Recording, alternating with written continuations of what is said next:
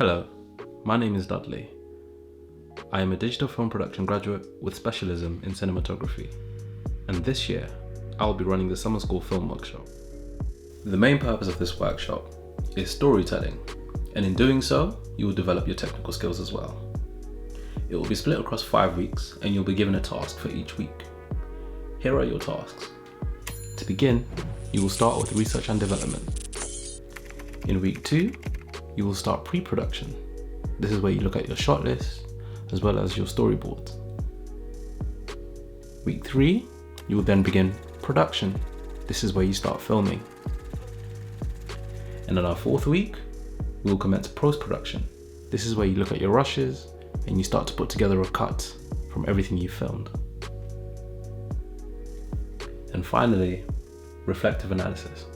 Here, we will look over the past few weeks, see what you've learned, see what you've gained, and see what you can take with you into the future. In addition to this, I'll show you how to present your work in a showreel. Also, don't forget to look at all the other courses we'll be running during the summer. We hope to see you soon.